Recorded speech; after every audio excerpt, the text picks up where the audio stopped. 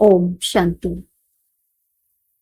अव्यक्त मुरली रिवीजन में आज हम 19 जुलाई 1969 के अव्यक्त बाप दादा के महावाक्य रिवाइज करेंगे।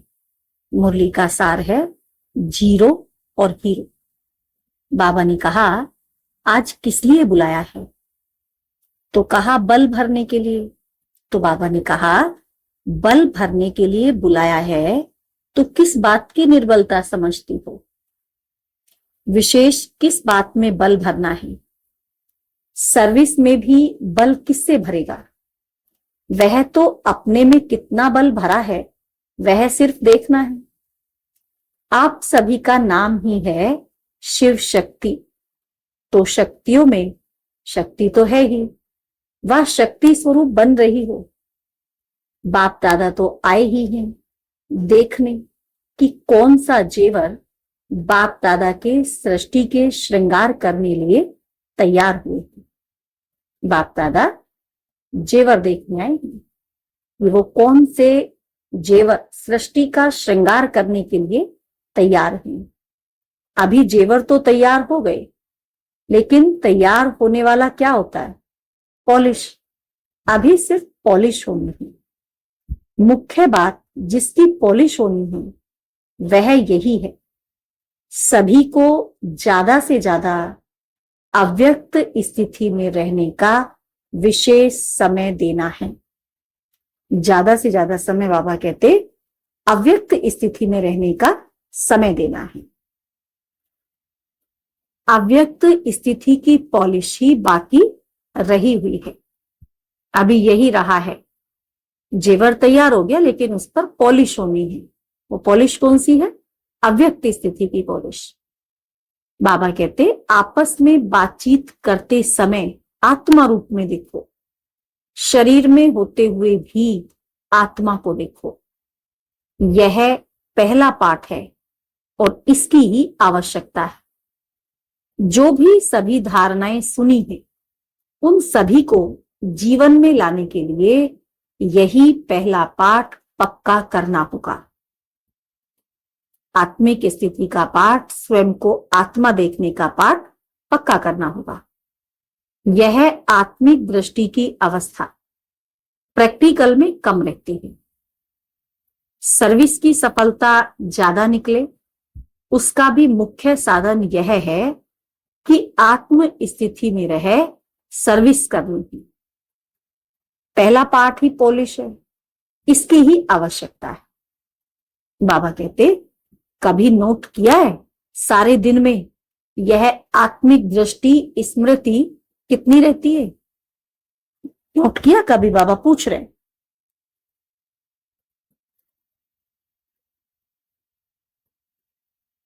इस स्थिति की परख अपनी सर्विस की रिजल्ट से भी देख सकते। कौन सी स्थिति की?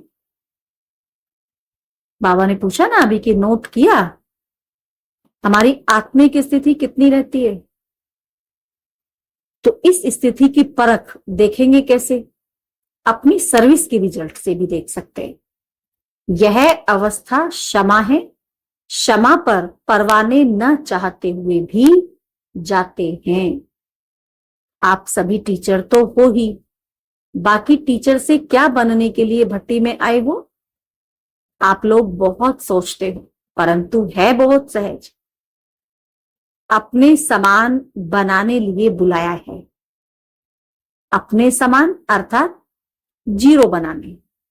बाबा जीरो है ना, जीरो माना बिंदी, तो अपने समान बनाने के लिए बाबा ने बुलाया है। जीरो में बीज व बिंदी भी आ जाती है और फिर साथ साथ कोई ऐसा कार्य हो जाता है तो उनको भी जीरो बनाना है, तो खास जीरो याद करने के लिए बुलाया है। टीचर का रूप तो बहुत बड़ा है, लेकिन बहुत बड़ा फिर बहुत छोटा बनाने आया हूं। सभी से छोटा रूप है बाप का और आप सभी का भी। तो अब जीरो को याद रखेंगे तो हीरो बनेंगे।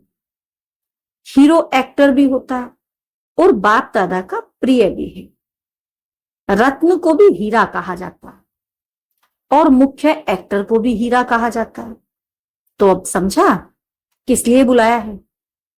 सिर्फ 2 अक्षर याद करने के लिए बुलाया है, जीरो और हीरो। जीरो रहेंगे तो हीरो बनेंगे। यह 2 बातें याद रखेंगे तो बाप के समान सर्वगुणों से संपन्न हो जाएंगे।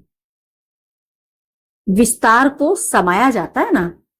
15 दिन इतनी स्टडी की है, बहुत कापियां भरी हैं। बाप दादा फिर आपके विस्तार को बीच में सुना रहे हैं। और सभी भूल भी जाएं, यह तो नहीं भूलेगा। यह याद रखो, फिर देखना सर्विस में कितनी जल्दी चेंज आती है। आप सभी की इच्छा यही है कि हम भी बदलें और समय भी बदले, अपने घर चलें। जब घर चलने की इच्छा है तो फिर यह 2 बात याद रखो, फिर कमियों के बजाय कमाल कर दिखाएंगे। कमियां खत्म हो जाएंगी और जहां भी देखेंगे सुनेंगे तो कमाल ही देखेंगे। तो अब इस भट्टी से क्या बनकर जाएंगे? जीरो। जीरो में कोई बात ही नहीं होती, कोई पिछले संस्कार नहीं, यहां छोड़ने भी आए हो तो फिर अच्छी तरह से जो कुछ छोड़ना था वह छोड़ चले हो, वह थोड़ा साथ में भी ले जाएंगे। क्या छोड़ा है और कितने तक छोड़ा है?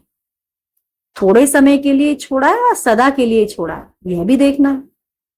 संगठन की शक्ति में छोड़ दिया है, वह स्वयं की शक्ति से छोड़ा है। संगठन की शक्ति सहारा तो देती है, लेकिन संगठन की शक्ति के साथ स्वयं की भी शक्ति चाहिए। जब भी जो छोड़ा है वह सदा काल के।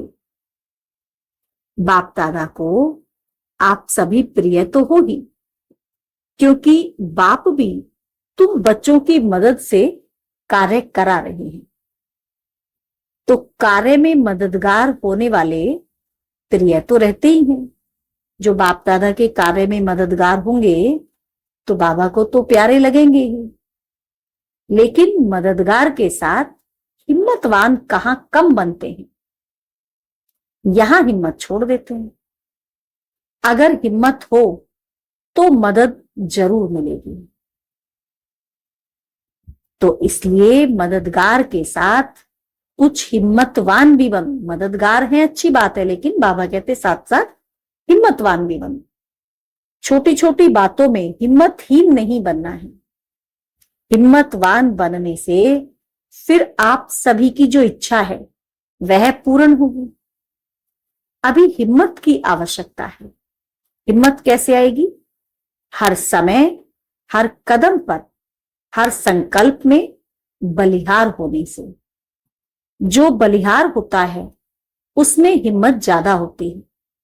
तो जितना जितना अपने को बलिहार बनाएंगे उतना ही गले के हार में नजदीक आएंगे। तो अभी बलिहार होंगे, फिर बनेंगे प्रभु के गले का हार। अगर बलिहार बनकर के ही कर्म करेंगे तो दूसरों को भी बलिहार बनाएंगे, जिसको वारिस कहा जाता है। अभी प्रजा बहुत बनती है, वारिस कम बनते हैं।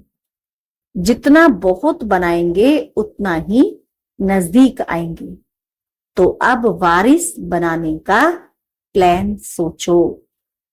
अच्छा, ओम शांति।